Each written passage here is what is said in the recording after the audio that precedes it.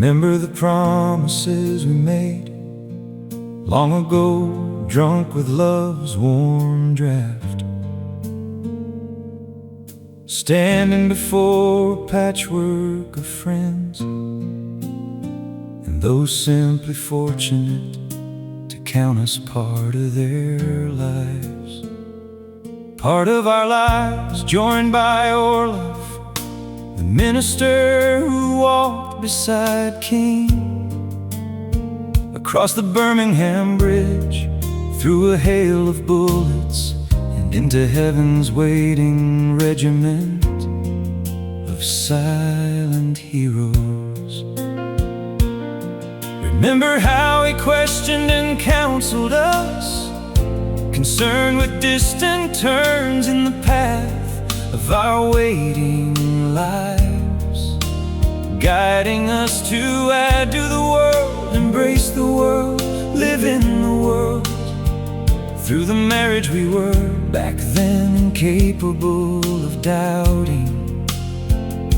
Remember his worry about the coming rains, what with Beltane's fire leap feast fast upon us, concerned more with the midnight comfort of his sky-clad flock than the mortification of some savior's body. Remember how we struggled with words, called phrases, soft lines of devotion, when ode to precious few, from timeless text, favored thoughts, and brilliant invention, love, trust, and open-hearted confession.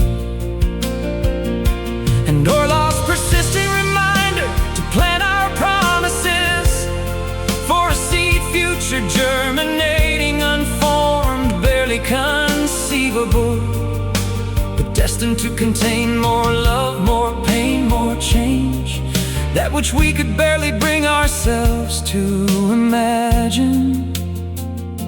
Remember the moment we saw our newborn daughter, the tiny, ruddy, alien angel, quiet and curious, searching our faces for a promise, our unspoken pledge to open our lives to her, open our world to her. And when we had held her long enough, opened the door and let her walk through, unafraid, into her own world, her own life promise,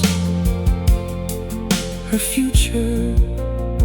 And when I broke my promise, took word knife to our woven dreams, broke our glass and walked barefoot into the wilderness of my soul,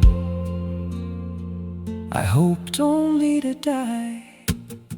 I prayed for a swift, sure end to my guilt-born suffering, and the pain I had caused, my joyless punching death watch.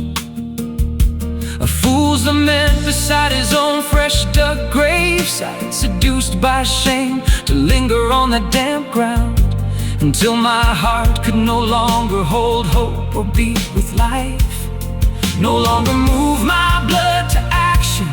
So I sat hollow and aimless, restless, undead, but not alive, until I passed over, beyond empty, past nothing, which by its existence can only be something.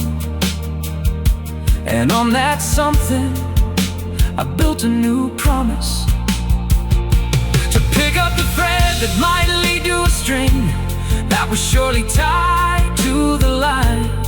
I spoke aloud when we were wed. Remember, I was lonely before I met you, because there was no one like you in my life. Now in loving you and knowing you, I'm sure there will never be anyone like you in my life.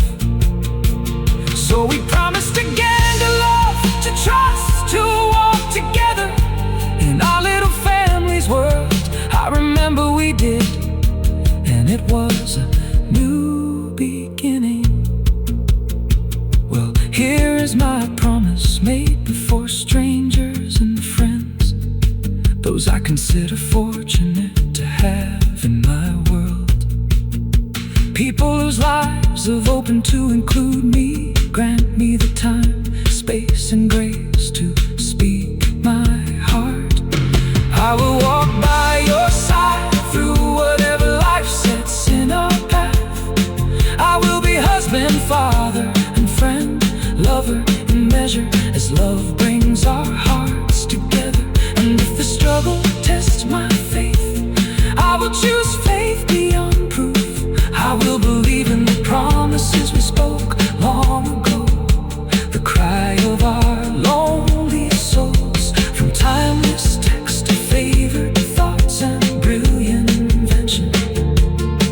The love, trust, and open-hearted confession can nourish our empty hearts, can shelter our growing love, can begin each day anew. We are at the very place on our path that Orloff saw so many years ago. The nearsighted by life's love passion, but under his patient knowing guidance. Now blinded by our own sun staring, but endowed with the wisdom he bestowed upon our marriage. We are charged with living in this world, adding to this world, embracing this world. Remember, remember.